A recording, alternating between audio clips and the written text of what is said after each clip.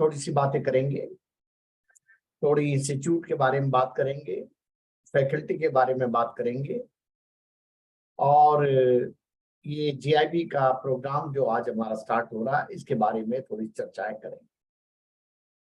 मेरा नाम A.K. गुप्ता है। My name is A.K. Gupta, and the other faculty member, the core faculty member is Mr. Anshul Gupta.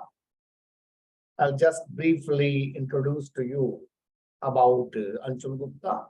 Many of you are already familiar with his name. Mr. Anshul Gupta is a chartered accountant by profession, and he passed out way back in 1999, almost 25 years experience, and he always was among the top 10 at all India level when he was doing CA, did it in first attempt also, and did it his BCom honors from Hindu College, University of Delhi. He has a very large experience of working with the Fortune 500 MNCs. And for the last 4 years, he is a part and parcel of this organization, and he has been taking these subjects.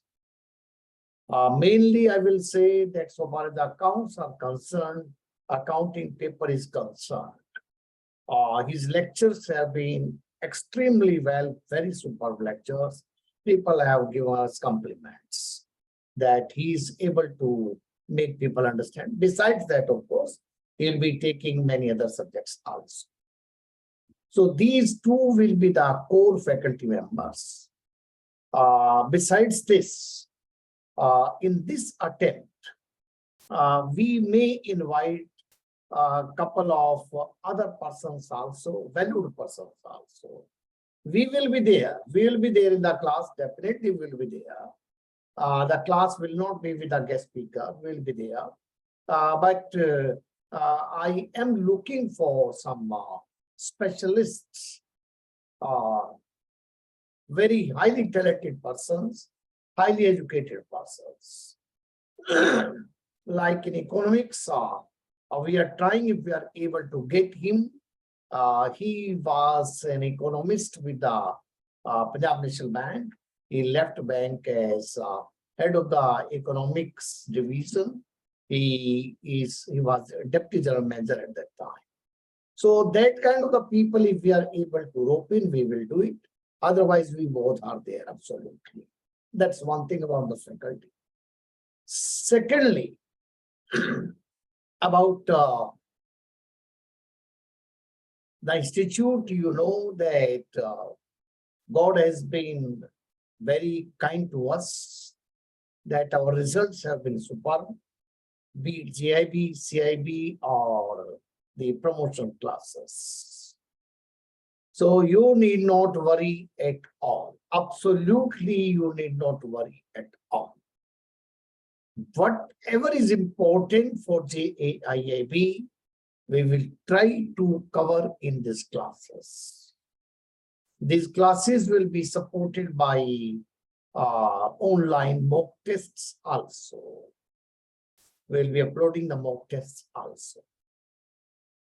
Now, coming back to the syllabus as such, and what strategy should be adopted. We'll give you also the opportunity to speak. Briefly, I'll explain to you, and then we will give opportunity to you also. In this subject, in this course, there are 4 subjects, my dear. One is a favorite subject, Principles and Practice of Banking. Almost 1,000 pages book is there. The other important subject is Accounting and Finance for the Bankers. Third subject is Indian Economy and Indian Financial System, a new subject which was introduced this year in the month of May. Examination took place. That took place as per the new syllabus. a reasonably tough subject. Even accounting, frankly speaking with you, in accounting also now, one module is on business mathematics, 2 modules on pure accounting, and 1 module is on costing. So paper's syllabus is reasonably tough, I would say. And 4th paper is retail banking and wealth management. That also a new subject was added in GIB. So the syllabus is not only large, it's reasonably tough as well. But anything is tough for those persons who are not prepared well. If you are prepared well, then there is nothing tough in this life. There's nothing tough, my dear. जो लोग तैयारी अच्छी करते हैं, उनके लिए जीवन में कुछ भी कठिन नहीं होता। 4 सब्जेक्ट हैं, मैंने बताया। Principles of banking, accounting, Indian economy and Indian financial system, and retail banking and wealth management.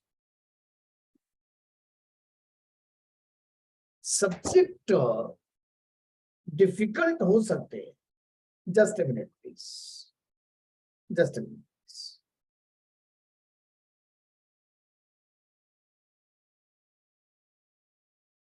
तो 4 सब्जेक्ट की मैं चर्चा आपसे कर रहा था और चौथा subject retail banking and wealth management. तो मैं आपसे कह रहा था कि भाई कठिन कुछ भी नहीं है, कठिन तो उसके लिए है जो मेहनत नहीं करना चाहता, तो सब कुछ कठिन है। आप ये क्लास करेंगे, आप मॉक टेस्ट 100% करेंगे, क्लास करेंगे 100% मॉक टेस्ट करेंगे, क्लास एक बार क्लास में करेंगे, रिलीजियसली करेंगे। प्लीज मेरी रिक्वेस्ट है, ये मत सोचिए कि क्लास की रिकॉर्डिंग नेक्स्ट डे मिल जाएगी तो मैं रिकॉर्डिंग कर लूंगा जी, ना, क्लास जरूर करिए, बैंक से समय निकालिए, मत कहिए कि बैंक में देरी हो जाती है। Don't say that you get late in the bank, class जरूर करिए और फिर समय निकाल के फाइंड टाइम कि दोबारा रिकॉर्डिंग सुने। एक बार क्लास की, फिर रिकॉर्डिंग सुने, फिर मॉक टेस्ट किए, और मौका मिल जाए तो मॉक टेस्ट फिर दोबारा किए। फिर देखिए, हम देखते हैं कि जेआईबी कैसे पास नहीं होगा। और मैं आपको स्पष्ट कर दूं, थोड़ा सा जो हमारे अनुभव, whatever little experience we have, experiences तो बहुत है हमारे, it's almost 25 years now, almost 25 years. और those of you who know me, I became faculty member in the year 1976. So 24 plus 23, 47 years. Perhaps in the banking industry itself, you can rarely find a teacher with such a large experience. आपको छोटी सी बात बता रहा हूं मैं जरा GIP से हट के बात बता रहा हूं। Yesterday only I was looking at the profile of Mr. Vagul, N. Vagul, ICICI bank के चेयरमैन, ICICI बैंक के चेयरमैन थे N. Vagul, के मिस्टर कामत से पहले। और जब मैंने उनका प्रोफाइल देखा तो मुझे याद आ गया 1977 में मैं उनका स्टूडेंट था for 2 weeks when he was director NIBM। NIBM के उस समय में वो डायरेक्टर थे और 2 सप्ताह में उनका स्टूडेंट रहा। तो दिन याद है, उस जमाने से तो ये पढ़ाना शुरू किया और आज तक पढ़ाए जा रहे हैं। तो रेयर स्पेसीज होते हैं भाई, जितने दिन तक हम पढ़ा सकेंगे पढ़ाएंगे आप लोग को। तो मैंने जो बात कही थी, स्ट्रेटेजी हम रखेंगे। अब थोड़ी सी बात अंशुल जी से कहूंगा, इस कंप्यूटराइज्ड क्लास के बारे में वो सूचना देंगे, वो ज्यादा बेटर है मेरी बजाय। और फिर अंशुल जी मैं बाकी और बातें करूंगा साथियों से। आज पहला सेशन बहुत इंपॉर्टेंट होता है, बता दीजिएगा। Good evening, everyone. You've already joined this class today, so you have been able to join this successfully. इस क्लास को ज्वाइन करने के लिए every day you will click the same link. जो लिंक आपने आज क्लिक किया था JAIIB live class, you will click the same link to join this class. Whenever we will upload recordings will be shown below that. Recording उस JIIB live class के नीचे दिखाई जाएगी आपको। एक बार क्लास शुरू हो जाने के बाद हम उसे सब्जेक्ट वाइज बाइफरकेट कर देते हैं। पहले अगर प्रिंसिपल्स का सब्जेक्ट चल रहा है तो प्रिंसिपल्स, फिर जब अकाउंट स्टार्ट होगा तो अकाउंट्स में आपको यही चीज दिखेगी JIIB लाइव क्लास और उसकी रिकॉर्डिंग्स, तो आपको सब्जेक्ट वाइज एक्सेस दी जाएगी। In addition to this class we will also provide you access to online mock tests which are based on Macmillan as well as recalled questions from last close to 10 years, whatever students have shared with us. वो हम आपको इसके साथ देंगे। There will also be access to study books. Online study books will be available on this same portal.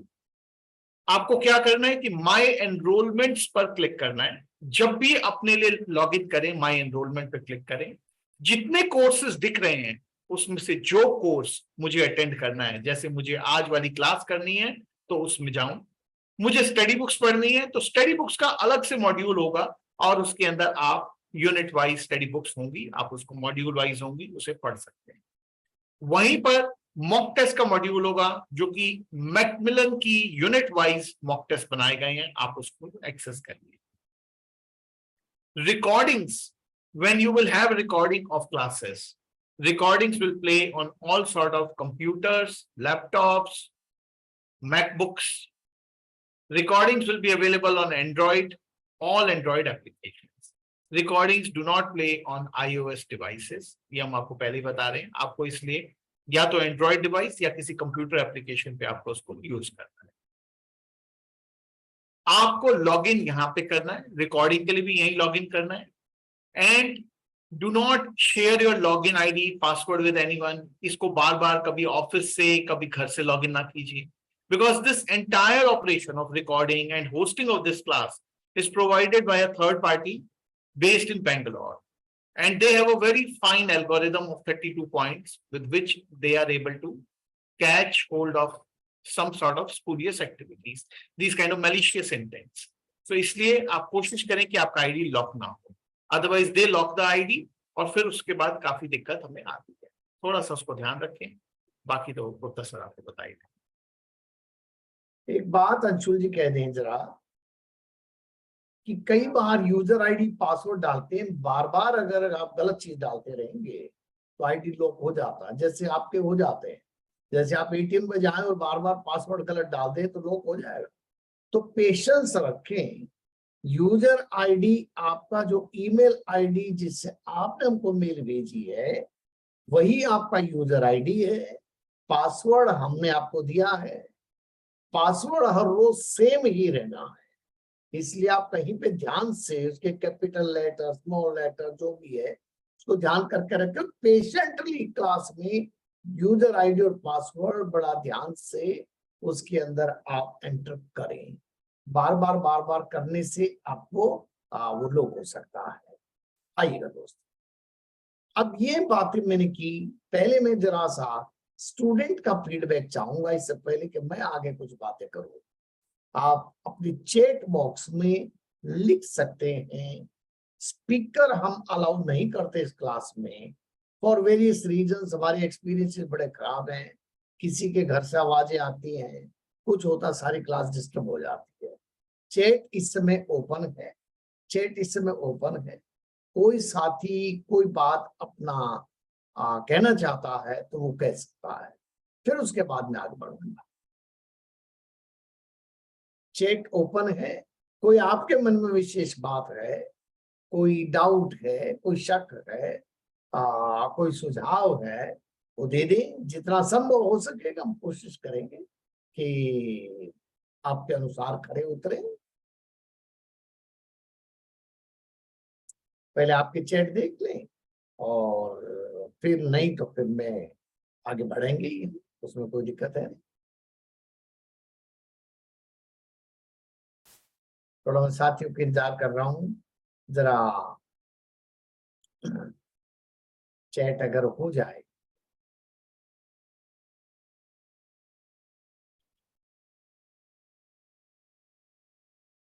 मेरे साथी ने लिखा है, एक साथी ने लिखा है, ये चैट दूसरों को पता नहीं विजिबल है कि नहीं है।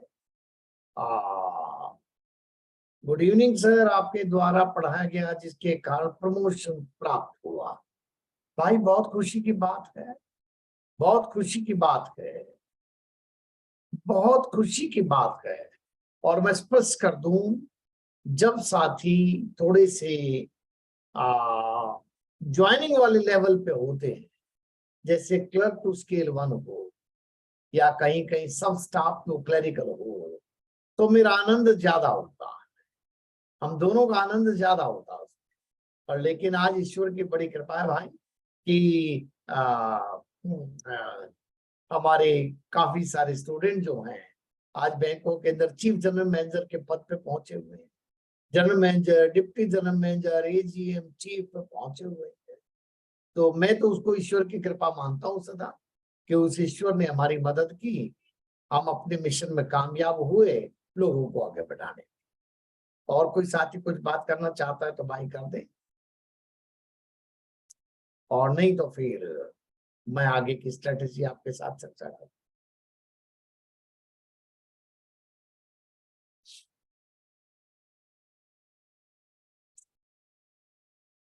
मुझे लगता है कि कोई ज्यादा सवाल अशोक जी है नहीं, और कोई बात ना हो तो फिर मैं थोड़ा सा आगे की स्ट्रेटेजी बता दूं। मेरा भी प्रमोशन हुआ आपके द्वारा पढ़ाई में, very thankful sir, clerical to officer. बहुत अच्छी बात है भाई, बहुत अच्छी बात है।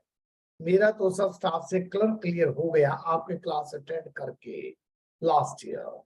चौधरी ने कहा है, इसके चौधरी ने, मेरे साथी ने, कि वो सब स्टाफ से क्लर्क बन गए। आप मेरी खुशी का अंदाजा नहीं लगा सकते। अंशुल जी तो खासकर कहते हैं कि सब स्टाफ का जब प्रोग्राम होता है तो ये दिन रात लगा देते। ये कहते ये दो कैडर ऐसे हैं जिन पे हमको जान लगा देनी है,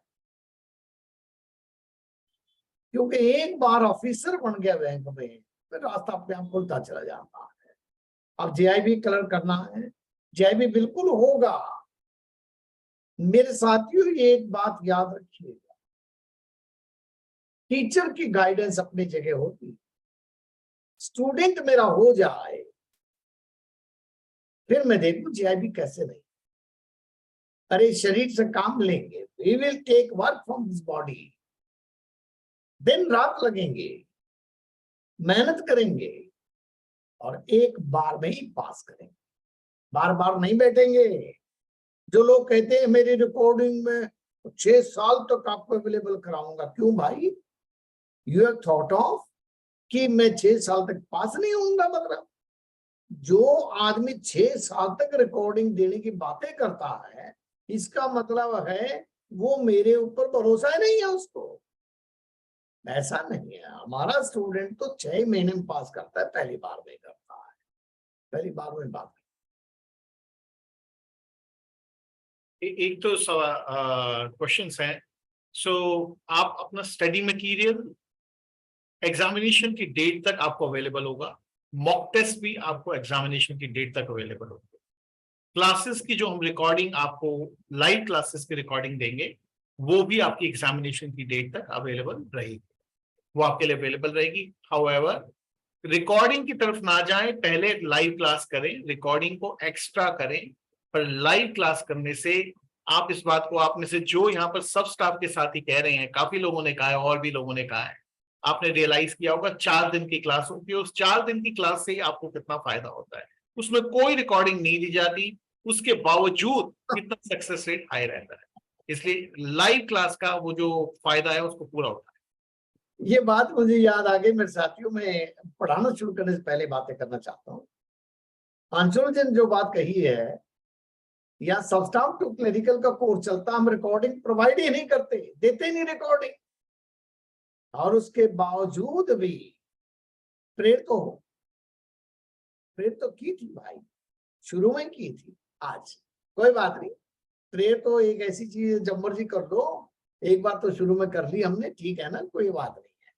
तो ये सप्ताह तो क्लरिकल की क्लास में रिकॉर्डिंग नहीं देते, तो स्टूडेंट इतने ध्यान से क्लास सुनता है, इतने ध्यान से सुनता, उसको पता है रिकॉर्डिंग मिलेगी नहीं, और भगवान की ऐसी कृपा है कि वो सीधा तीर निशाने पे मारता है, प्रमोट हो जाता है। खैर, इसमें क्योंकि सिलेबस लंबा है तो रिकॉर्डिंग तो हम देंगे। हमारा दोनों साथियों का निवेदन है, भाई you have paid fees to us, class जरूर करिए, रिकॉर्डिंग भी करिए, दोबारा करिए। ये पेपर टफ है मेरे दोस्तों, मेहनत ज्यादा करनी है हमको, फिर सीआईबी भी तो करनी है ना, ठीक है ना। अच्छा, अब बहुत सारे साथियों ने अपनी अपनी बातें लिखी हैं। अंशुल जी, अब थोड़ा सा स्ट्रेटेजी की बात और कर दूं आगे की, या कुछ और कहना आपको? नहीं, ऐसा है my dear friends, some friends are not writing in the chat box, but they have informally told me, and many others who are not right now in the class, they have requested me. क्या कहा उन्होंने वो भी सुन लीजिएगा। My students tell me that sir, the registration is not started as yet. अभी IIBF के site पर registration start नहीं हुआ है, 1 से 7 अगस्त पे रजिस्ट्रेशन होगा। तो बहुत लोगों ने मुझे कहा कि क्लास सर थोड़ा सा आप कोशिश करके थोड़ा उसके बाद में करिए, 7 अगस्त के बाद में करिए, ऐसा बहुत लोगों से मेरे पास रिक्वेस्ट आई। दूसरी बात, कुछ हर किस्म के लोग हैं इस दुनिया में, कुछ लोगों का ही कहना है कि सर क्लास का, क्योंकि पेपर, पहला पेपर 8 अक्टूबर को है, 8 अक्टूबर को पहला पेपर है, तो सर बहुत पहले क्लास हो जाती है तो हम चीजें भूल जाते हैं, लिंक टूट जाता है, ऐसा लोगों का मानना है। मेरा मानना कम है, लोगों को ऐसी फीलिंग्स है, आपके साथ शेयर करूं। तो हमने एक विचार किया है, मैं आपको स्पष्ट बात बता दूं, मैं इस बात से थोड़ा एग्रीमेंट में कम था, तो हमने एक मिडिल रास्ता निकाला।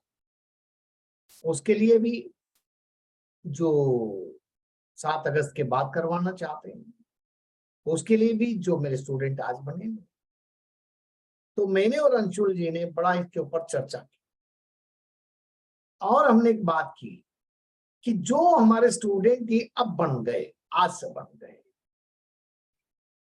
इनको हम कल से ही एक सब्जेक्ट की अपनी, जो हमारी अप्रैल मई में क्लास हुई थी, उसकी रिकॉर्डिंग अवेलेबल करवा दें। पहले पूरी बात सुन लीजिएगा, फिर चैट बॉक्स में आपकी बातें सुनूंगा। जो ये स्टूडेंट आज ज्वाइन कर गए, इनको ये एडवांटेज रहे कि इनको रिकॉर्डिंग जो क्लास मार्च अप्रैल में हुई थी उसकी रिकॉर्डिंग अवेलेबल करा दी जाए एक सब्जेक्ट की, और इनको चैप्टर दिए जाए कि आपको कौन कौन सी क्लास अटेंड करके यहाँ पे आना, और फिर मैं उनके क्वेश्चंस आपको करवाऊं। ये मैं स्पष्ट कर दूं कि वो क्लास फिर दोबारा भी पढ़ाई जाएगी। लाइव क्लास तो मैंने पढ़ा नहीं, लाइव क्लास तो मैं 100% क्लास पढ़ाने वाला हूं। वो रिकॉर्डिंग करके क्वेश्चन करना एक एडिशनल बेनिफिट इन स्टूडेंट्स को मिलेगा, सिर्फ जो आज से क्लास ज्वाइन कर रहे हैं। जो 7 अगस्त के बाद की डेट रखेंगे उस दिन से करेंगे, उनको तो जैसे क्लास करनी थी सो क्लास करेंगे।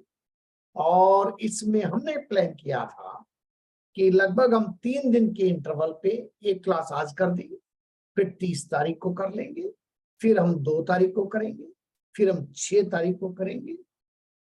4 क्लासेस हमको 4 दूनी 8 क्लास हमारे को एक्स्ट्रा मिल जाएंगे और उसके बाद 7 तारीख के बाद रेगुलर प्रोग्राम फिर हर रोज का 7 अगस्त के बाद चलाएंगे।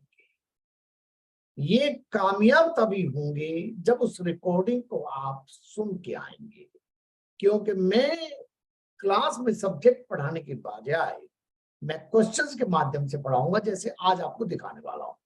अभी थोड़ी सी देर में स्टार्ट करने वाला हूं मैं, जो मेरी स्ट्रेटजी है।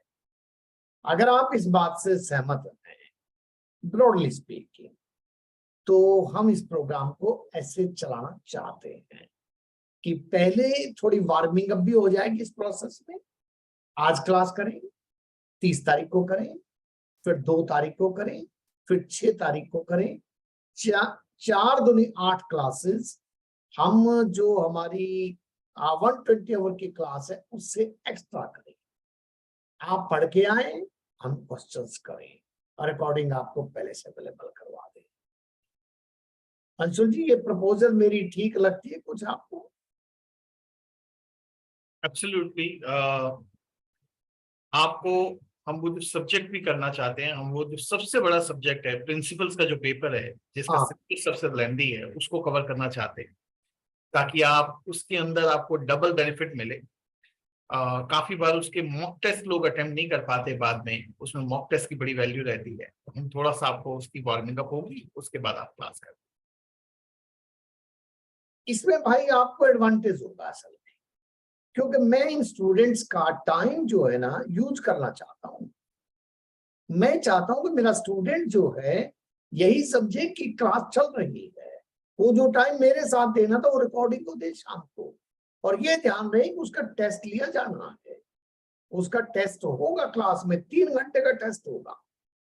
जब नेक्स्ट हम मिलेंगे क्लास में 30 तारीख को, तो मैं चैप्टर मैं बताऊंगा आपको क्लास नंबर, कि इस क्लास की रिकॉर्डिंग आपने सुन के आना है। उसके ऊपर मैं टेस्ट लूंगा या क्लास के अंदर, तो थोड़ा आपका एक प्रैक्टिस हो जाएगी, हाथ खुल जाएगा। और फिर 7 तारीख के बाद की कोई डेट फिक्स कर लेंगे, उससे तो फिर लगातार फिर तो हर रोज क्लास होगी भाई। फिर ये 3-3 दिन का गैप नहीं दिया जा सकेगा, फिर लगातार क्लास होगी। कोई बात नहीं, अभी आप सोच लेना आराम से, कोई जल्दी नहीं है। फिलहाल मैं कोई साथी कमेंट करना चाहता है तो कर ले, और नहीं तो मैं कमेंट तो बाद में ले लूंगा भाई। मैं अब टाइम और नहीं लगाना चाहता, मैं क्लास स्टार्ट करना चाहता हूँ, और मैं क्लास कर रहा हूँ स्टार्ट।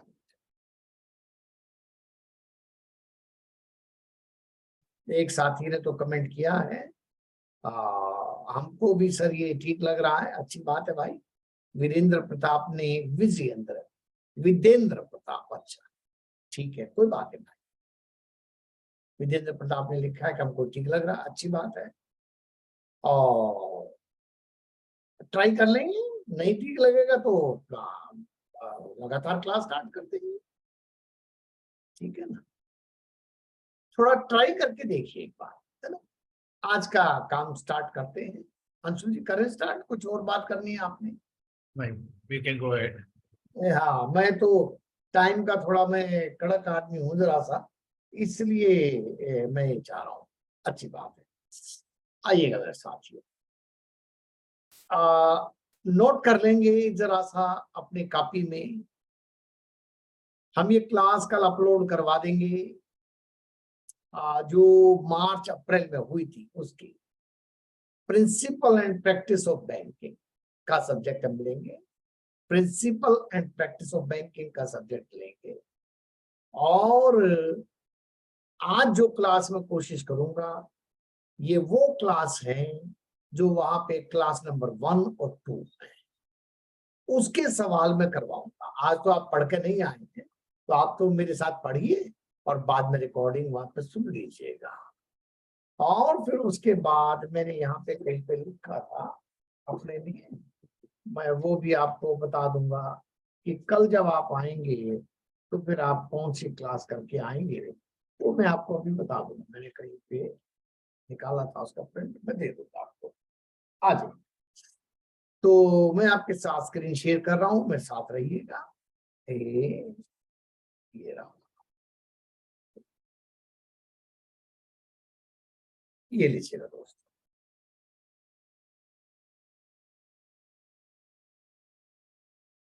मेरे साथ रहिएगा मेरे साथियों।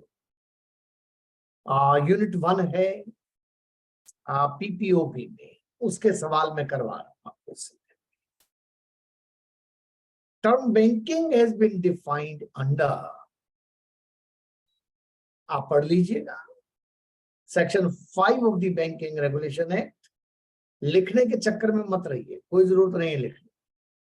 Section 5B of the negotiable instrument act, section 6 of the RBI act, section 6B of the banking regulation act has not been defined under any act. अगर आपको कुछ अंदाजा है तो बता दीजिएगा, ABCD क्वेश्चन नंबर और अपनी ऑप्शन बताइएगा। आपके हिसाब से क्या है, आपके हिसाब से क्या, देखते हैं मेरे स्टूडेंट क्या कह रहे हैं भाई। 2 स्टूडेंट ने जवाब दिया अभी तक कुल मिला के, और उन्होंने कहा है, ऑप्शन तो मैं बता दूंगा आपको। ये साथी जरा थोड़ा सा भाई कोशिश करो थोड़ी सी, ऐसा थोड़ी आप तो कुछ तो पढ़े लिखे हैं, ऐसा थोड़ी। निशान लगाइए भाई इस पे, कौन से पे बताइए। क्वेश्चन नंबर 1, ऑप्शन नंबर बताइए आपके हिसाब से कौन से ऑप्शन है। एक साथी ने सी कहा है, एक ने ए कहा है, एक ने ई कहा है, ओ ए भी कहा है, बी बच गया, डी बच गया, बाकी तीनों तो ऑप्शन लोगों ने लगा दिए। करीब भाई ऐसी प्रैक्टिस होगी। ए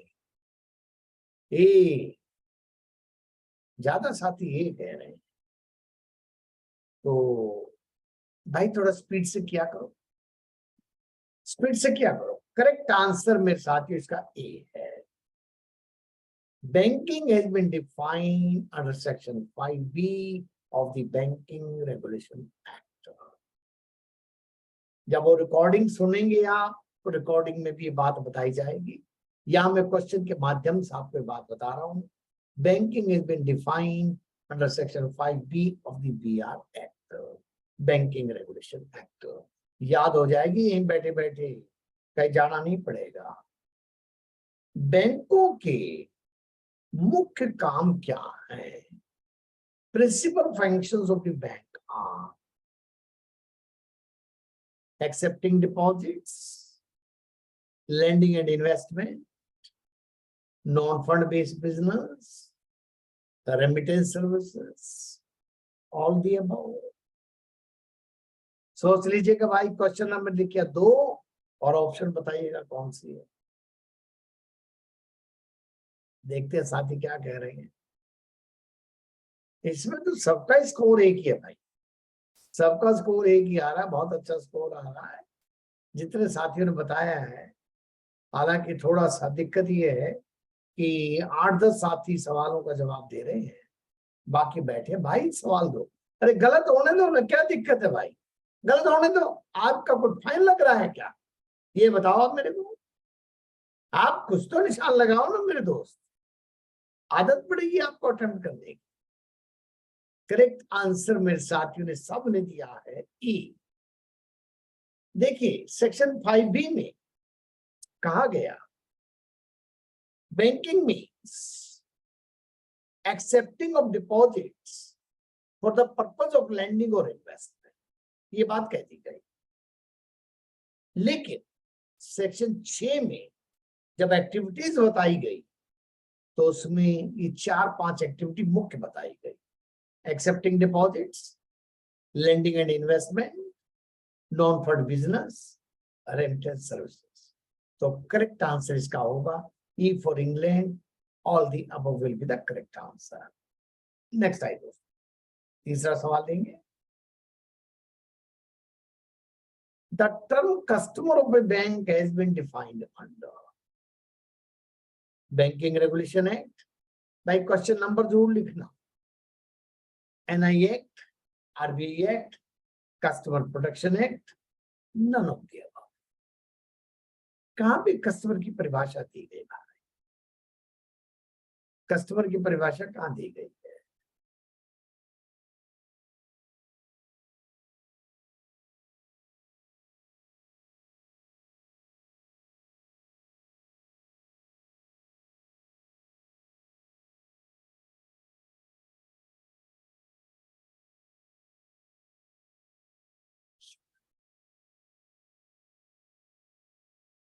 कस्टमर की परिभाषा किसी एक्ट में भी नहीं दी गई है। Customer is not defined under any act. Customer is not defined under any act. So correct answer will be E for England. Third का करेक्ट आंसर होगा ई फॉर इंग्लैंड, क्योंकि कस्टमर की परिभाषा कहीं नहीं दी गई है। लिखना चाहे तो लिख ले, customer is defined in KYC guidelines. Customer की परिभाषा केवाईसी गाइडलाइंस में दी गई है, किसी एक्ट में नहीं दी गई। मेरे एक साथी ने कहा है मुझे इंग्लिश नहीं आती, तो भाई मैं कुछ कर नहीं सकता, आपको इंग्लिश नहीं आती, मैं कुछ कर नहीं सकता, आपको मदद नहीं कर सकता। मैं बहुत स्पष्ट है, कोई मुझे कह दे मुझे हिंदी नहीं आती, मैं कहता हूं मैं हाथ जोड़ देता हूं, आप क्लास छोड़ सकते हैं। कोई कहे मुझे इंग्लिश नहीं आती, तो मैं कहता हूं भाई मैं कुछ नहीं कर सकता। इस क्लास में इंग्लिश और हिंदी दोनों का इस्तेमाल होता है। मैं बहुत साधारण भाषा इस्तेमाल करता हूं और मैं ये एक्सपेक्ट करता हूं कि हर स्टूडेंट को थोड़ी बहुत इंग्लिश और हिंदी दोनों आती है, ऐसा मेरा मानना है। प्योर इंग्लिश कहा जाए उसको भी मैं हाथ जोड़ देता हूं कि नहीं भाई, इस क्लास में हिंदी भी इस्तेमाल खूब की जाए। इस क्लास में इंग्लिश, क्योंकि लिखा हुआ सारा इंग्लिश में होना, लिखा हुआ सारा इंग्लिश में होना है। जब टीचर पढ़ाता है तो फिर वो हिंदी इंग्लिश दोनों का इस्तेमाल करना होता है। जरा से मैं सोच लूं मेरे साथियों क्या कमेंट है भाई। अच्छा, हाँ कोई बात नहीं, इंग्लिश कमजोर है तो घबराने की क्या बात है भाई। भाई सब लिटरेचर सारा इंग्लिश में मिलना है सब जगह, ये तो नीति है। कोई बात, हिम्मत रखिए, हिम्मत रखिए, ठीक हो जाएगा। चलिए आगे बढ़ जाइए। Relationship between A bank and A depositor is, भाई जैसे सर्विस है वैसा रिलेशन है। बैंक और डिपॉजिटर के बीच में क्या रिलेशन है? बैंक देनदार है, कस्टमर लेनदार है, तो देख लीजिएगा। Depositor creditor, creditor debtor, bailee bailor, agent principal, debtor creditor. Bank क्या हुआ भाई, बताओ, आंसर दो। चौथे क्वेश्चन का आंसर दो फटाफट से, क्या होगा ABCD में से? साथियों ने ई कहा है, ए कहा है, ई कहा है, ए कहा है, बी भी कह दिया है भाई। आगे देखते हैं, देखते हैं, देखते हैं। भाई सब ए नहीं है, डिपॉजिटर क्रेडिटर रिलेशन नहीं होता। बैंक डिपॉजिटर थोड़ा ही है, बैंक तो देनदार है, तो बैंक डेटर है, कस्टमर लेनदार है, कस्टमर क्रेडिटर है। तो रिलेशनशिप याद रखिए, E is the correct answer. और मेरी बात सुन लीजिएगा, क्रेडिटर डेटर कहां होगा? बैंक क्रेडिटर कस्टमर डेटर जब लोन लिया हो। बेली बेलर कहां होगा? जब कोई आदमी सामान जमा करवा के जाए आपके पास संभाल कर रखने के लिए, सेफ कस्टडी बोलते हैं उसको, सेफ कस्टडी। एजेंट प्रिंसिपल कहां होगा? जब कोई आदमी चेक कलेक्शन के लिए दे दे या स्टैंडिंग इंस्ट्रक्शन दे दे, तो बैंक एजेंट होगा, कस्टमर प्रिंसिपल होगा। ये भी मैंने सारे रिलेशनशिप आपको बता दी। आज देखते हैं जरा। बहुत अच्छा भाई, बहुत अच्छा। कई साथियों ने जवाब दिए हैं साथ साथ में, बड़े अच्छे। आइएगा, आपको मजा आएगा इस क्लास में। ये जब हमारी नॉर्मल क्लास चलेगी तो सिस्टम नहीं चलेगा उस दिन। ये तो मैंने सोचा, मैंने कहा देखो मेरा स्टूडेंट बना और इनकी इच्छा भी पूर्ति कर दूं, 7 अगस्त के बाद कर दूं क्लास को, लेकिन इनको छोड़ूंगा नहीं, इनको आदत डालूंगा पढ़ाने के इस दौरान में। ये जो 10 दिन मुझे मिलेंगे इसमें इनको पढ़ाने की आदत तो डाल दूंगा मैं, पढ़ने की। Relationship between A bank and it's borrower is, ये क्या बात बनी भाई? Relationship between A bank and it's borrower in case of loan is. अब बताइए भाई, लोन के केस में क्या रिलेशन? तो जल्दी से बोल दीजिएगा, जल्दी से बोलिएगा, थोड़ा फटाफट से बोलिए।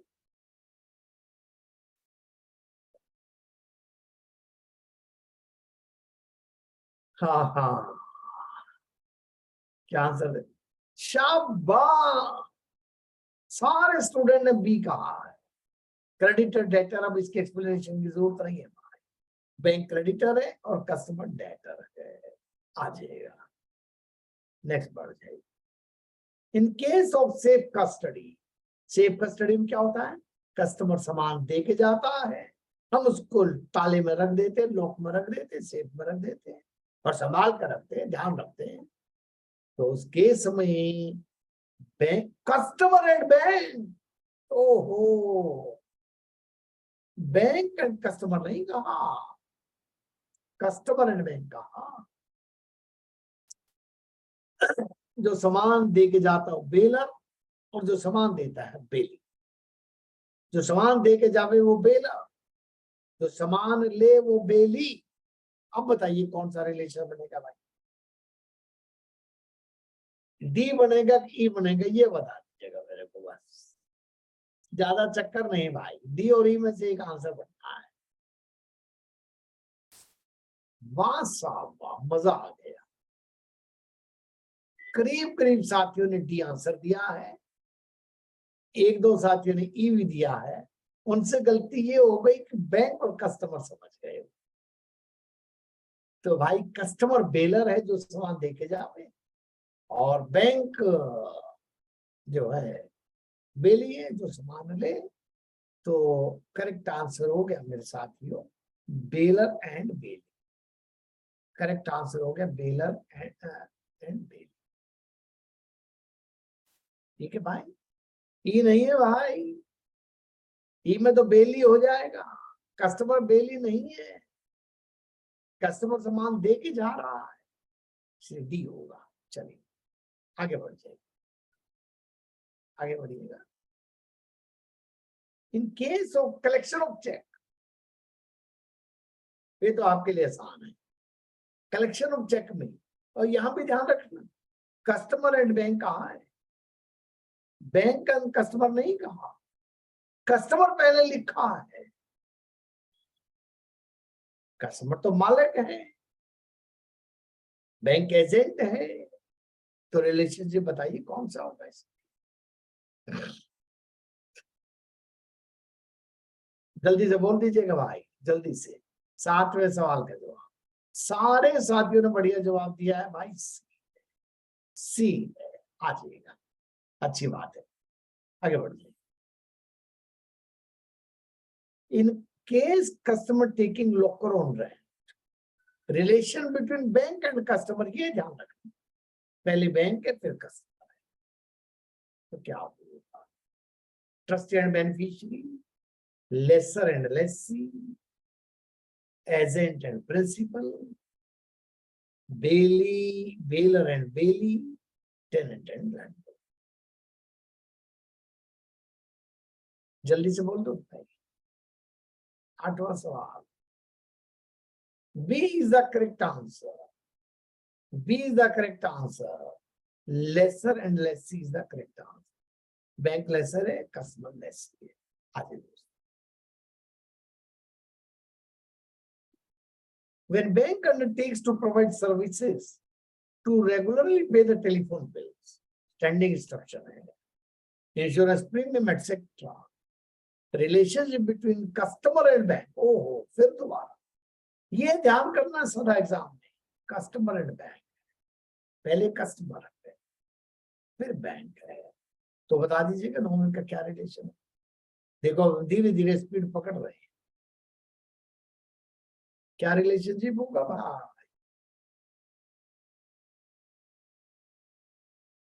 C is the correct answer. Customer principal है और बैंक एसेट है, कस्टमर प्रिंसिपल और बैंक एसेट है। C is the correct answer. आज when a customer purchases a demand draft from the bank, so relation between customer and bank shall be of bank और customer का क्या relation होगा, बता दीजिएगा।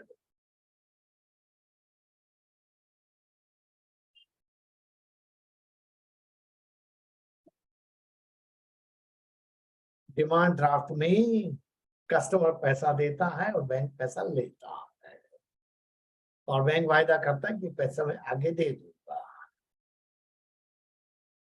तो कस्टमर लेनदार हुआ, बैंक देनदार हुआ। तो मेनली आपने फैसला करना है ए या बी में से, ए या बी में से फैसला करिए। मेरे साथियों का कहना है बी, बी कहना मेरे साथियों का। बैंक तो हाँ, यहाँ भी कस्टमर एंड बैंक है,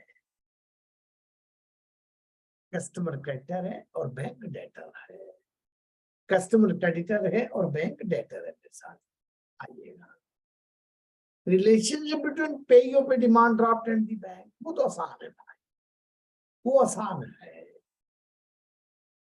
पेई के नाम में ड्राफ्ट है, बैंक अपने पास उसका पैसा रख के बैठा है, तो इसका तो आसान है। रिलेशन बिटवीन पेई of A demand draft and bank, पेई जो है वो बेनिफिशियरी है और बैंक ट्रस्टी है। इसका आंसर मेरे साथियों ए होगा। और मैं देखूं मेरे साथियों ने क्या दिया, ए दिया। और ये मत समझिएगा कि पेपर सारे कठिन ही,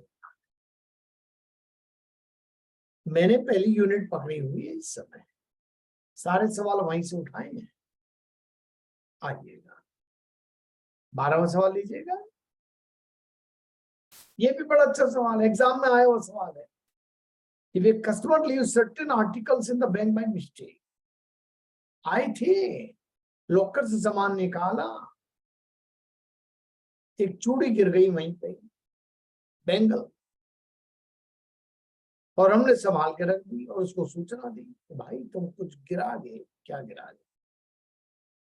तो बैंक ने जो संभाल कर रखा, तो रिलेशनशिप क्या होगा, क्या रिलेशनशिप हुआ बिटवीन कस्टमर एंड बैंक? फिर दोबारा कस्टमर कर दिया यहाँ पहले,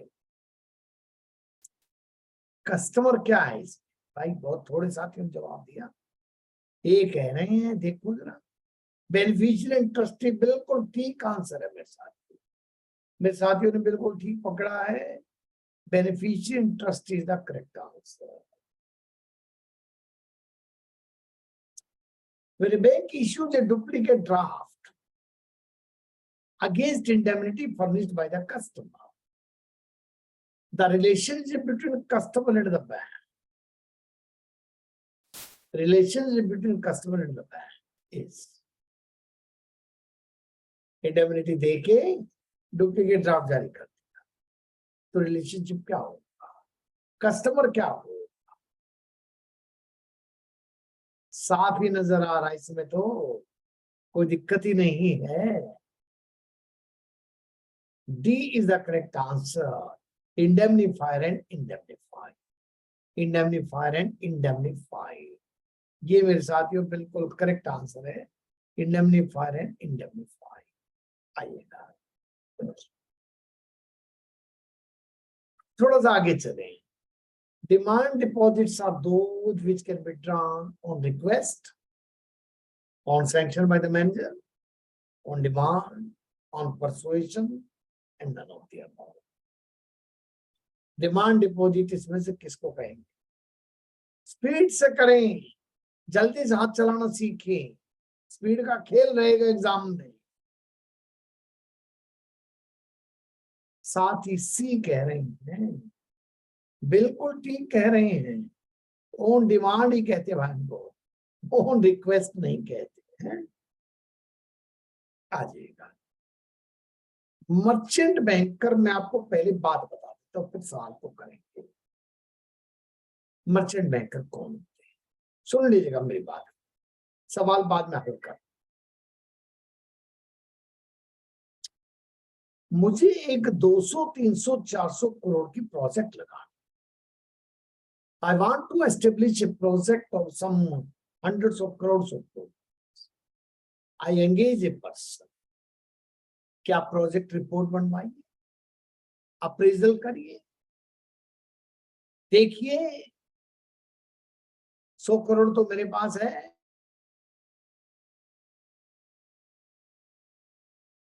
करना चाहता हूं, और आप कहीं से भी मुझे पैसा भी अरेंज करिए। तो जो आदमी इन कामों को करता है, he is called as a merchant banker. तो ये थोड़ा सा हटके सवाल है, जरा सी मैं मदद करूंगा आपकी। Merchant bankers are financial intermediates, financial brokers, underwriters, stock brokers, and all of the above. अब थोड़ा अंदाजा लगाइए भाई में से किस पे निशान लगाएगा जो बात मैंने बताई। 15वें सवाल का आंसर मैं ढूंढ रहा हूं, चिंता मत करिए, गलत होने दीजिएगा, डोंट वरी एट ऑल। मेरे साथियों ने कहा ए बी, अब जो क्वेश्चन नंबर नहीं में लिखा होता तो समझ में नहीं आता है, लेकिन ए और बी लगा रहे हैं। भाई ब्रोकर कब कहा मैंने ब्रोकर है? ब्रोकर नहीं है। तो प्रोजेक्ट बनाएगा, अप्रेजल करेगा, फाइनेंस अरेंज करेगा, तो भाई financial intermediary is the correct answer. Merchant bankers are financial intermediaries, याद रख ले, merchant bankers are financial intermediary. Which of the following activity is not performed by merchant banks? Merchant banker इनमें से कौन सा काम नहीं देंगे? Assisting in employment of a appointment of a technical consultant, preparing market survey report, preparing feasibility study, all of the above, no. कौन सा काम नहीं करते पूछा है, ध्यान दीजिएगा भाई, कौन सा काम नहीं करते। बहुत कम साथियों ने जवाब दिया, बहुत कम साथियों ने जवाब दिया। मैं मर्चेंट बैंकर दोबारा बता देता हूँ। मेरे एक साथी ने कहा है कि साहब दोबारा बता दीजिएगा। पहले तो इसका आंसर नोट करिए, नॉन ऑफ दी अबाउ। ये सारे काम मर्चेंट बैंकर करता है, ये सारे काम मर्चेंट बैंकर करता है, पर मर्चेंट बैंकर की दोबारा कर सकते। एग्जाम में काम आएगी नहीं आएगी छोड़िएगा, समझ तो लीजिएगा क्या है, हो सकता है एग्जाम में भी काम आ जाए। इतनी डिटेल बात जितनी मैं बताने वाला हूं भाई, मैं मर्चेंट बैंकर बेसिकली, पहली बात तो यह है सेबी के पास रजिस्टर करवाना पड़ता है, securities and exchange board of India. काम क्या है? काम बेसिकली फंड अरेंज करना, फंड अरेंज करने के लिए प्रोजेक्ट बनाना, मार्केट में सर्वे करना, फिजिबिलिटी रिपोर्ट बनाना, टेक्निकल कंसल्टेंसी वगैरह लेना, कैपिटल मार्केट में शेयर निकालना। ये जो शेयर निकालते हैं ना, ये जो मैनेज करते हैं मर्चेंट बैंकर ही करते हैं। चाहे तो लोन दिलवा दे, चाहे शेयर मार्केट से पैसा उठवा दे, उसके लिए जो करना सारे काम कर। उसको कहते हैं मर्चेंट बैंक। तो इसलिए वो सारे काम करता है। Assisting in appointment of A technical consultant, market survey report, feasibility study. भाई साहब ये सारी बातें आपके मैकमिलन की किताब से ली गई, क्योंकि पेपर वहीं से आता है और ये सवाल वही पकड़े गए हैं जो पहले एग्जाम में आ चुके हैं। आजेगा बात। मेरा कोई साथी कुछ कहना चाह रहा भाई? हाँ, is the correct answer. Lease financing, पहले मेरे से लीज फाइनेंसिंग समझ लीजिएगा भाई क्या हो, बाद में इस सवाल को हल करें। मेरा भी एक नया एक्सपेरिमेंट हो रहा है इस बार। मैं नॉर्मली क्लास लेता हूं, मैं कभी क्लास में क्वेश्चन नहीं करवाता। इस बार मैं क्वेश्चन से क्लास करवा रहा हूं, क्योंकि मेरे पास ये लग्जरी है कि मैंने क्लास तो दोबारा करानी। देखता हूं ये 7-8 लेक्चर होंगे, एक्स्ट्रा होंगे, तो इनमें अगर हो सकता है कोई स्ट्रेटेजी बढ़िया काम कर जाएगी क्लास को क्वेश्चन से लेने वाली। तो लीज फाइनेंसिंग को समझिएगा भाई पहले, और इस स्लाइड वगैरह इस्तेमाल नहीं करने से मुझे बड़ा फायदा रहता। मैं वो आदमी हूं जो कागज सामने नहीं रखता हूं पढ़ाते से। आमतौर से लोग घबराते हैं क्लास में उतरने से। यूट्यूबियों को एक बार कहो भाई फिजिकल क्लास लेकर दिखा दे, पता लग जाए। लीज फाइनेंसिंग में क्या है मेरे दोस्तों, सुनिएगा, बहुत आसान था। मैंने एक जनरेटर खरीद लिया और किसी कंपनी को किराए पर दे दिया 3 साल के। अब उसमें 2 शर्तें हो सकती थी कि जो जनरेटर में रिपेयर होंगी वो मैं भरूंगा या आप भरेंगे। ये मैंने एक एग्जांपल दिया। बड़ी मशीन लीज पे मिल जाती। आपके जो हवाई जहाज है ना, एरोप्लेन, ये खरीदते नहीं है लोग, लीज पे ले लेते।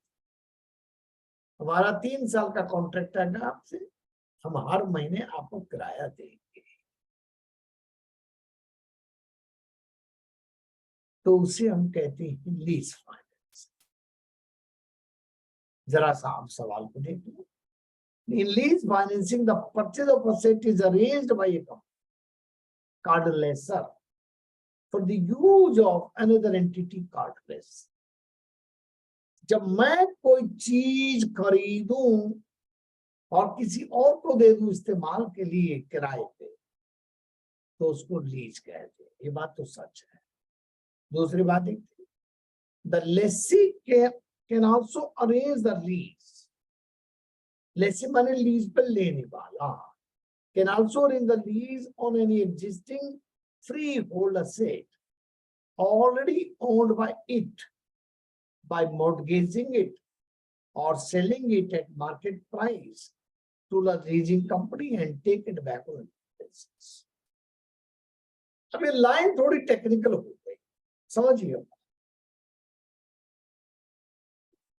भाई साहब मेरे पास मकान था,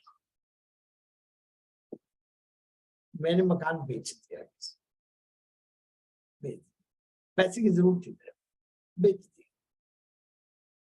और मैंने कहा भाई मेरे को 5 साल के लिए किराए पे दे दे इस मकान। ये मकान या दुकान या गोडाउन मैं बेच रहा हूं, मुझे पैसा दे और फिर 5 साल के लिए मुझे किराए पर दे दे। तो ऐसा भी हो सकता है बिजनेस। तो इसलिए लीज फाइनेंसिंग में दोनों काम हो सकते हैं कि मैं सामान खरीद के इसको किराए पे दे दूं, या इसी का सामान था और इसने मेरे को बेच दिया और मैं इसको किराए पे दे दूं। दोनों बात हो सकती है। तो करेक्ट आंसर होगा इसमें। क्या हुआ भाई, मेरी स्लाइड कहां चली गई?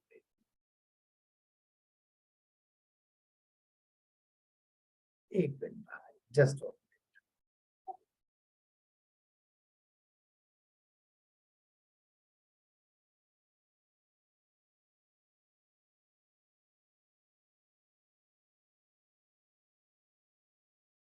1 minute, please. Just a minute, please.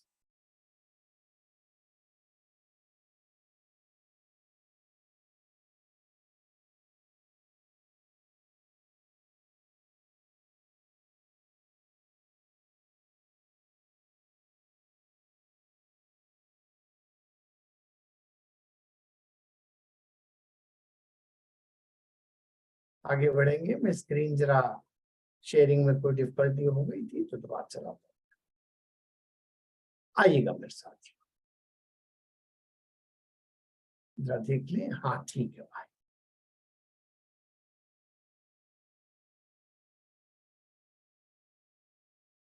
Next बात, which of the following is not an advantage of leasing? Which of the following is not an advantage of leasing?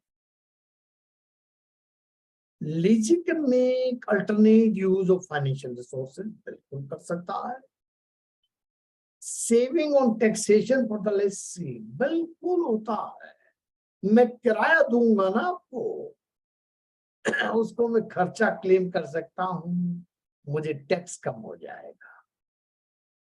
Credit worthiness of the leasee remains unaffected because there is no corresponding liability on the liability side of the balance sheet for items procured only. भाई साहब, अगर ये सामान मैं खुद खरीदता तो मैं टर्म लोन लेता। टर्म लोन लेता तो मेरी लायबिलिटी बढ़ जाती, लोगों को पता लगता मैंने लोन ले रखा है। लीज में कोई चक्कर है नहीं, सामान तो आ ही गया मेरे पास, मशीन तो आ ही गई, लेकिन मैं उसको बिना लायबिलिटी दिखाए यूज कर पा रहा हूं। तो she is also leases capacity to borrow is increased. हाँ, क्योंकि मेरा लॉन्ग टर्म लोन नजर नहीं आ रहा किसी, तो लोग मुझे पैसा दे देंगे। भाई सिर्फ पहले तो कुछ ले ही नहीं रखा हो। So all the four are correct. Lessee can make alternate use of the financial resources. Saving on taxation for the lessee. Credit worthiness of the lessee remains unaffected because there is no corresponding liability on the liability side of the balance sheet for items procured on lease. Lease's capacity to borrow is increased. अब ध्यान से सुन लीजिएगा बात, यही पर रुके हम lease finance. Lease में ध्यान रखिए, कोई लोन नहीं लेता हुआ, लायबिलिटी साइड नहीं बढ़ती उसकी, वो और लोन चाहे तो ले सकता है, उसकी बैलेंस शीट बढ़िया नजर आती है क्योंकि लोन नहीं लिया। और जो किराया देता है वो अपना खर्चा दिखा के टैक्स कम देता है, और जो उसके पास पैसा है उसका कुछ और इस्तेमाल कर सकता है, क्योंकि जो मशीन लेनी थी वो तो किराए पे ले ली, तो बिना कुछ पैसा खर्च करे मशीन मिल गई, किराया देना। तो ये सारे के सारे लीजिंग के एडवांटेज है। तो साथ ही कुछ पूछना चाह रहा भाई? हाँ, इज द करेक्ट आंसर, बिल्कुल सही बात है, इज द करेक्ट आंसर। आइए मेरे दोस्तों, which of the following is not a disadvantage of leasing? क्या इनमें से कोई ऐसा है जो डिसएडवांटेज है? Ownership of the asset is with the lessor. Asset can be used subject to terms and conditions of the lease agreement. ये तो कोई एडवांटेज डिसएडवांटेज है नहीं। If lessor becomes insolvent, जिसे मशीन किराए पे दी थी, asset can be attached by the official liquidator, though up to the installments have been paid by the lessee. All of the above, none of the above. सोच लीजिएगा भाई आराम से, थोड़ा दिमाग अपना लड़ाइए, तुक्के से जवाब दे दीजिएगा, क्योंकि आपको लीज के बारे में लिमिटेड नॉलेज ही है, हमने बता देनी आपको। अभी बता दीजिएगा।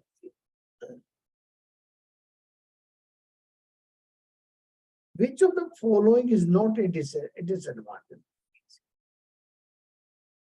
Ownership of the asset remains with the lessor. है, मेरे को क्या करना, मैं तो किराया दे रहा है। asset can be used to subject to the terms and conditions, कोई बात नहीं है। अल्टीमेटली किसी का मकान है तो मकान मालिक लिख के देता है ना कि भाई इसको रहने के लिए इस्तेमाल करोगे, फैक्ट्री में लगाओगे इसमें। If lesser becomes insolvent, asset can be attached by the official liquidator. हो जाने दो, मैंने तो किराया दे दिया। तो इनमें से कोई सा भी डिसएडवांटेज नहीं है, मेरे को कोई फर्क नहीं पड़ता। मैंने तो मशीन लेके किराए पे इस्तेमाल करना स्टार्ट किया। तो none of these is the correct answer, my dear friends. इनमें से कोई सा डिसएडवांटेज नहीं है। आज मेरे साथ,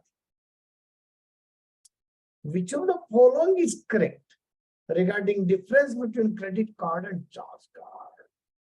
क्रेडिट कार्ड और चार्ज कार्ड में इनमें से क्या डिफरेंस? अब सुन लीजिएगा, क्रेडिट कार्ड क्या होता है और चार्ज कार्ड क्या होता है? क्रेडिट कार्ड तो है परचेज नाउ पे लेटर, आज खरीद लें, भुगतान आज करने की जरूरत है नहीं, 10 दिन 15 दिन 20 दिन 25 दिन का क्रेडिट दे दें। We will give you a credit of 10 days, 15 days, 20 days, 30 days, something like that. In credit card, transactions are accumulated over a period of time. Whereas in charge card, every transaction is charged separately. In credit card, bill is sent to the card holder, and he has the option to pay the entire bill or part of the bill. Whereas in case of charge card, customer has to pay the entire bill. बिल्कुल ठीक बात है। In credit card, customer may or may not have the account with the card issued bank. Whereas in case of charge card, customer should have the account holder of the card issued bank. इनमें से कौन सी बात ठीक है charge card और credit card के बारे में? थोड़ा अंदाजा मेरे साथ में आप लगाओ, थोड़ा अंदाजा आप लगाओ भाई, फिर मैं सब बता दूंगा। थोड़ा अंदाजा आप लगाओ। देख रहा हूं मेरे साथियों ने क्या जवाब दिया है, क्या जवाब दे रहे मेरे साथी?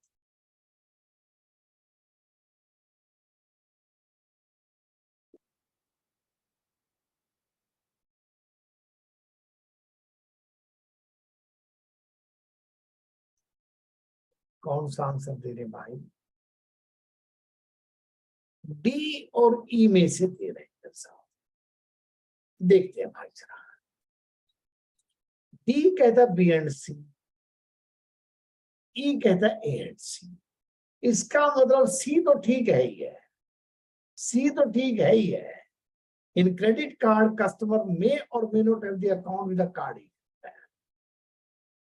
whereas in case of charge card customer should be account holder of the card। ये तो ठीक है। अब बच गया ए और बी में से एक छांट। बी कहता है in credit card bill is sent to the card holder and he has the option to pay the entire bill और part of the bill, whereas in case of charge card customer has to pay the entire bill। ये बात बिल्कुल ठीक है। Credit card में अगर 1 लाख रुपए की आपने परचेज की तो हम कह देते मिनिमम अमाउंट ड्यू दे दीजिएगा, 10% 20% हो सकता है, बाकी के इंस्टॉलमेंट बना देंगे। चार्ज कार्ड में ऐसा नहीं। चार्ज कार्ड में आपकी ट्रांजैक्शन बाय ट्रांजैक्शन तो नहीं पेमेंट करनी पड़ती है आपको, ट्रांजैक्शन तो इकट्ठी हो जाती है, लेकिन बिल जब आता है तो आपको इकट्ठा पेमेंट करना है। तो out of the 20 number question, A is not correct, B and C are correct। इस सवाल को ऐसे भी बना सकता था, A only भी दे सकता था, which is not correct कह सकता था, तो A आंसर होगा। आजे भाई साहब, बिल्कुल ठीक है। थोड़ा ध्यान करिएगा दोस्तों, कोई नई नई बातें भी आ रही हैं, एक बार आप पढ़ेंगे तो बात समझ में आ जाएगी। Just a minute please, just a minute. the merchant after accepting the payment from a customer. 1 minute. Just 1 minute, my friend. Just 1 minute. Just 1 minute. Please. Just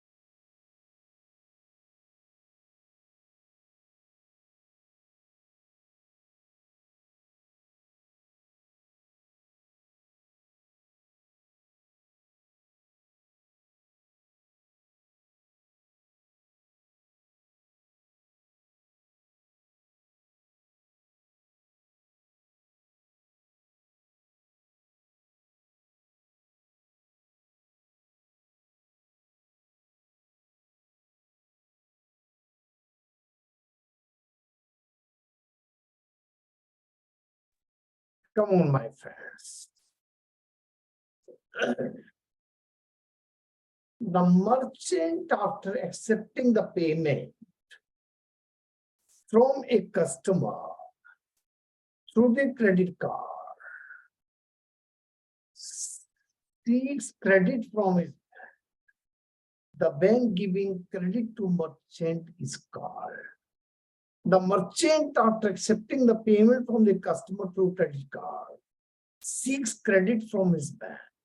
The bank, after giving credit to the merchant, is called issuing bank, merchant bank, acquiring bank, interchange bank, कौन सा bank है? बोल दीजिएगा भाई, थोड़ा सा अंदाजा लगाइएगा प्लीज। ये खाली एक आध साथी सवाल का जवाब दे के चुप हो जाते हैं। भाई मुझे भी पता, आपको नहीं पता है। एक बार आप अंदाजा लगाइए, फिर मैं कंसेप्ट समझा दूंगा सारे आपको। इशूइंग बैंक होता है जिसको क्रेडिट कार्ड जारी किया जाता है, उसके लिए।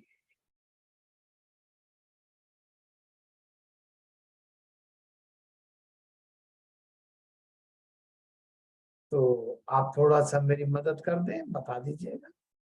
मेरे साथियों ने कहा है बी या ई, दो पे निशान लग रहा है, बी पे और ई पे निशान लग रहा है। यानी या तो बी और सी दोनों ठीक है, या खाली बी ठीक है, या खाली बी ठीक है। तो आइएगा हम देख देते हैं जरा इसमें से। ये मेरे साथियों ने ई जो निशान लगाया है, भाई वो मर्चेंट बैंक भी हो सकता है, वो एक्वायरिंग बैंक भी हो सकता है। उस बैंक को मर्चेंट बैंक भी कहते हैं, एक्वायरिंग बैंक भी कह देते हैं। लिख लें जरा सा या सुन लें ध्यान से। जो बैंक क्रेडिट देता है मर्चेंट को, वो मर्चेंट बैंक या एक्वायरिंग बैंक होता है। मर्चेंट बैंक एक्वायरिंग बैंक हो सकता है, और इसीलिए आंसर इसका ई बनेगा। वैसे आ जाएगा। ये थोड़ा क्रेडिट कार्ड की ट्रांजेक्शन हो गई। What is the normal billing cycle of A debit card? ये आसान है भाई, ये मैं जवाब नहीं दूंगा, ये आपको बताना पड़ेगा। 100% आपको बताना पड़ेगा, सब साथियों को पता है। क्रेडिट कार्ड में एक बिलिंग साइकिल होता है कि नॉर्मली आपको 45 डेज का क्रेडिट भी मिल सकता है, 30 डेज का मिल सकता है, साइकिल चलता है।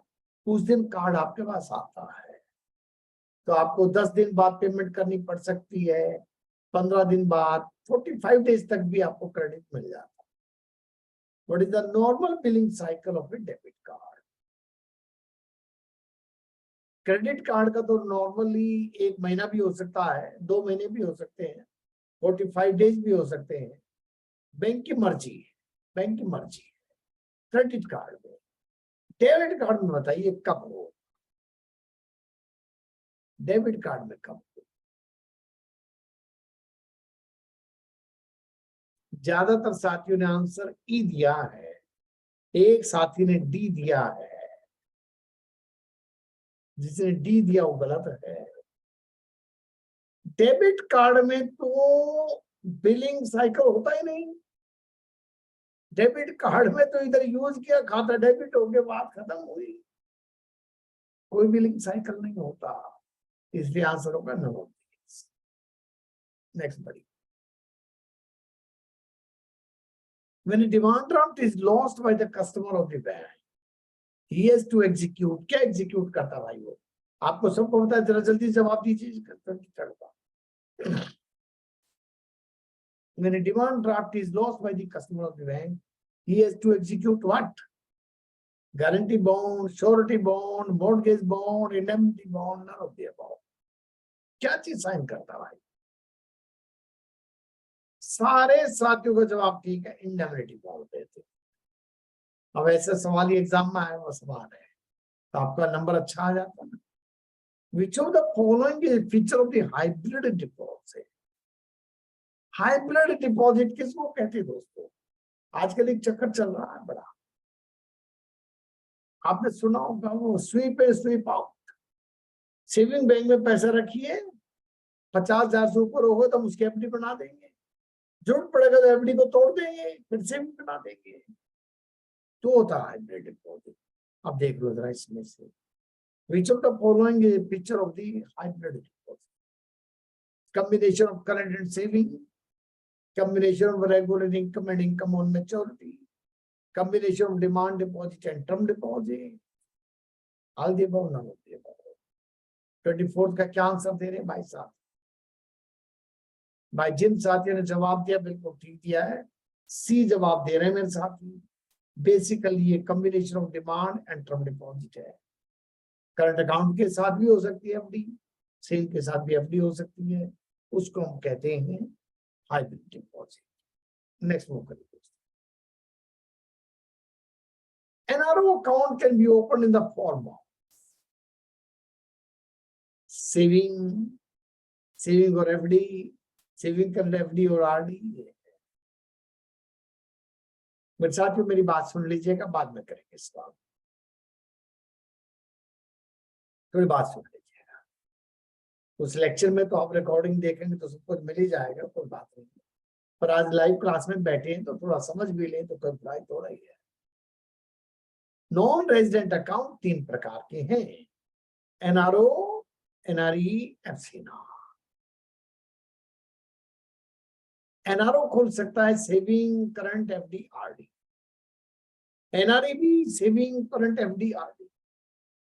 लेकिन एफसीएनआर जो है वो सिर्फ एफडी खुलेगा, और एफडी भी सिर्फ 1 साल से 5 साल की खुलेगा। एनआरओ और एनआरई में एनआरओ तो खैर कितने टाइम की भी एफडी हो सकती है, 7 दिन से लेके 10 साल की हो सकती है।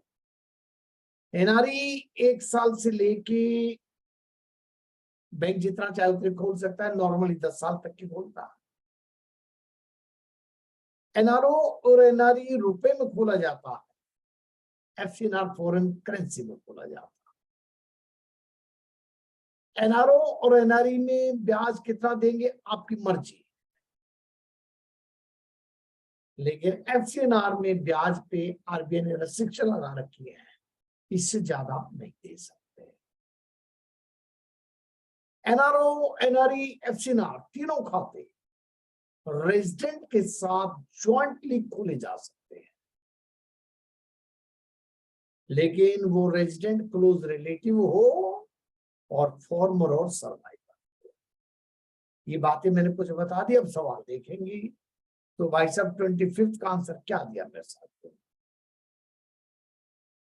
ज्यादातर साथियों ने बी दिया, कुछ ने ए भी दे दिया ना। एनआरओ मेरे साथियों 4 हो सकता है, सीधा करेक्ट आंसर।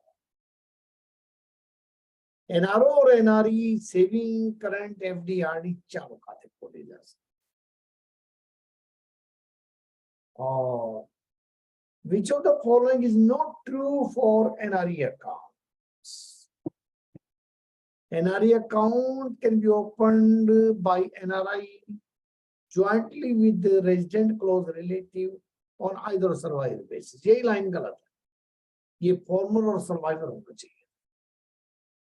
26 का ए तो पक्का गलत है, और भी देख लेते हैं कोई यार।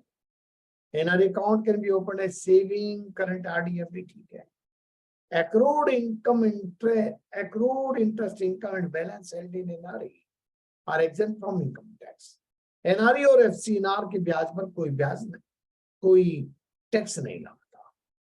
Balance held in NRE account are freely repaid. जो पैसा NRE और FCNR में है सारा का सारा विदेश में भेजा जा सकता है। तो मेरे साथियों सिर्फ ए वाली बात गलत है, आप दोबारा पढ़ लें सवाल को आप बेशक दोबारा पढ़ लें। आइदर सर्वाइवर की जगह अगर फॉर्मर और सर्वाइवर होता तो ए भी ठीक हो जाता। तो आंसर हो गया इसका ए फॉर 26 का। आज दोस्तों FCNRB can be open in the form of, आपको अभी बात हुई थी हमारी, सिर्फ टर्म डिपॉजिट के रूप में खोला जा सकता है, only as a term deposit. ये बात चूंकि हम कर चुके हैं इसलिए मैंने थोड़ा टाइम इस पे बचा लिया है। When a customer raises a loan against life insurance policy, तो वो पॉलिसी को असाइन करता है बैंक के पक्ष में, और असाइनमेंट होता है पॉलिसी के ऊपर ही। What is the relation between customer and bank in this case? बोलिए भाई 28 नंबर क्वेश्चन लिख दीजिएगा, क्वेश्चन नंबर 28 और फिर आंसर दीजिएगा। Beneficiary and trustee, lessor and lessee, assigner and assignee, identifier, indemnifier and indemnified, कौन सा रिलेशन? 28वें का आंसर बोलिए दोस्तों। सबने कहा है सी, बहुत बढ़िया। कस्टमर असाइनर है और बैंक असाइनी है। The rate at which a recovery is made from a merchant for processing the payment of debit credit card is called as, जो मर्चेंट से हम पैसा लेते हैं क्रेडिट कार्ड की थ्रू माल बेचने का, उसको हम क्या कहते हैं दोस्तों? साधारण बात है भाई, आपने बहुत बार पढ़ी है, ऐसा मत करो, बहुत बढ़िया आप स्टूडेंट है, बता दो भाई। Merchant interest rate, merchant cut rate, merchant discount rate, कौन सा भाई? 29 का C is the correct answer. C is the correct answer. Merchant discount rate. आइए दोस्तों, एक दो सवाल हो रहे फिर ब्रेक करें। A credit voucher of 27,000 favoring Ashok. बहुत अच्छा सवाल है भाई, बिल्कुल एग्जाम में आ गया, टेढ़ा है थोड़ा सा। A credit voucher of 27,000 favoring Ashok was inadvertently, गलती से आशुतोष के खाते में क्रेडिट हो गया। तो बैंक और आशुतोष के बीच में क्या रिलेशन है? Relation between bank and Ashutosh. अब उसके खाते में पैसा चला गया आशुतोष के में, तो आशुतोष डिपॉजिटर हो गया आपका। तो बताइए बैंक क्या है?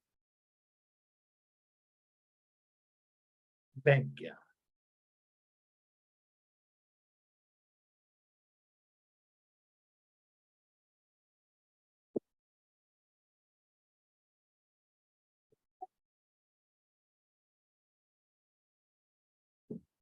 इनएडवर्टेंटली पोस्ट हुआ है, गलती से पोस्ट हो गया। Relation between bank and Ashutosh, थोड़ा सा मुश्किल सवाल है, दिमाग लड़ाना है। ABC कई सारे कर दिए। बैंक ट्रस्टी कस्टमर बेनिफिशियरी किस बात का भाई? भाई उसके खाते में पैसा गलती से चला गया तो हमने उससे पैसा लेना है। उसके खाते में पैसा गलती से चला गया, हमने पैसा लेना है। उसका खाता हमको डेबिट करना, लेना, तो हम क्रेडिटर, वो डेटर। आंसर इसका डी होगा। बड़ा टेक्निकल सवाल है, ध्यान रखना। डिपॉजिटर नहीं है वो, हमने पैसा लेना है, हमने लेना है। गलती से क्रेडिट हो गया तो हमने लेना। अच्छा, relationship of bank and RBI in currency chest, ये तो आसान है आपका। Relationship of bank and RBI, bank क्या एजेंट है और आरबीआई क्या प्रिंसिपल है। एजेंट एंड प्रिंसिपल ढूंढ लो, ये रहा, B is the correct answer, B is the correct answer. और देख लो कोई सवाल बचा है क्या ब्रेक से पहले? Banker and customer relationship does not come to end. इनमें से कौन सी परिस्थिति में रिलेशनशिप खत्म नहीं होगा? मेरी बात सुन लीजिएगा पहले, कब खत्म होता है ये समझ लीजिएगा। जब कस्टमर की डेथ हो जाए, कस्टमर पागल हो जाए, कस्टमर दिवालिया हो जाए, तो बैंक और कस्टमर का रिलेशनशिप खत्म हो जाता है। Now we have to find out when relationship does not come to end. On death of the customer तो खत्म हो जाता है, on insolvency of the customer खत्म हो जाता है, on insanity of the customer तो खत्म हो जाता है। तीनों केस में रिलेशनशिप खत्म हो जाता है। तो अब बता दीजिएगा 32 का आंसर क्या होगा? लिख के बताना जरा, 32 नंबर लिखना भाई।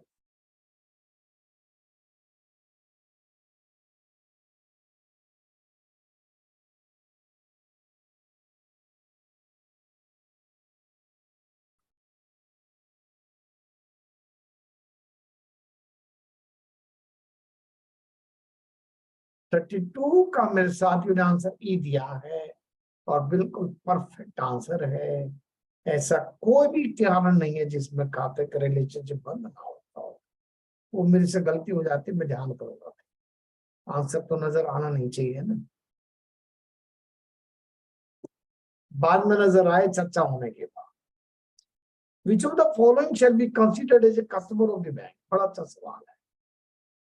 1-2 मिनट एक्स्ट्रा लग रहे हैं, 9 बजे क्लास खत्म होनी चाहिए थी और अभी जो मेरे पास टाइम हुआ 9:05 हुए हैं। कोई बात नहीं, जरा इसको खत्म करके class. One who has been coming to the bank for purchasing DD for the bank for last 3 months. One who has been retiring the bill from the branch for the last 5 months. One who has been coming to the bank for the last 5 months for encashing the check. One who has opened a saving bank account in the last. मैं आपको background बता दूं। John Paget ने law of banking में लिखा, Sheldon ने लिखा, इसको कस्टमर कहेंगे। बात सुन लीजिएगा ध्यान से, आपके काम आएगी। जिसके लिए बैंक खाता खोलने को तैयार हो जाए वो बैंक का कस्टमर। जिसके लिए बैंक खाता खोलने को तैयार हो जाए, a person for home the bank is prepared to open the account. Balance से जीरो भी हो उससे कोई मतलब नहीं। उस बात को ध्यान में रखते हुए बताइए 33 का आंसर क्या होगा? मेरी बात को ध्यान में रखते हुए आंसर बताइए 33 का क्या होगा? भाई बोल देना, जरा सा बोल देना।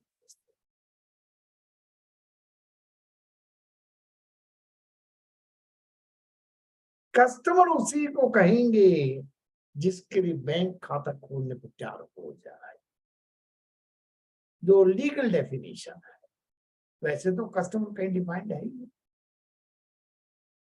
क्या आंसर बना भाई? बताते नहीं है, जल्दी से बोलो भाई, फिर क्लास को आगे बढ़ाना है। चैट वेट बंद तो नहीं हो गई है, कोई जवाब नहीं दे रहा। 33 का ई कैसे लिख रहे हो भाई? ऑल ऑफ द अबव नहीं है, one who has open the account. बाकी सबने खाता कहाँ खोला आपके पास? खाता खोले बिना कोई लीगल रिलेशनशिप कस्टमर का नहीं है। खाता होगा उसी को लीगली कस्टमर कहते हैं। केवाईसी का पर्पस अलग है, कस्टमर सर्विस का पर्पस अलग है। आज शायद एक आध सवाल हो, relationship between A bank customer and the bank in standing instruction. Standing instruction में बैंक और कस्टमर के बीच में क्या रिलेशन है भाई? ये तो जल्दी से बता दो। 34 तो जरा जल्दी से बता दो भाई, आपको पता ही है। कस्टमर प्रिंसिपल है, बैंक एजेंट है। कस्टमर प्रिंसिपल है, बैंक एजेंट है मेरे साथियों। शायद एक का सवाल और होगा भाई, देख लेते हम, इतने करें तो।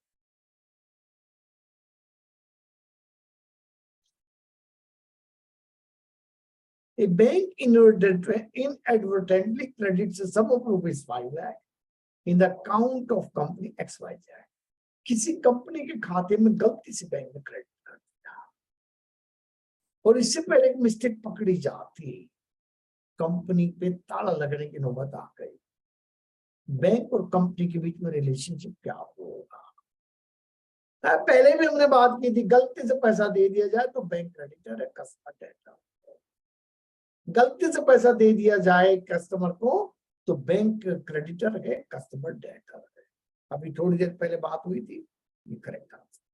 ये मेरे साथियों बैंकर कस्टमर रिलेशन के मैंने 35 क्वेश्चंस आपको कराए, पूरा चैप्टर कवर हो गया है।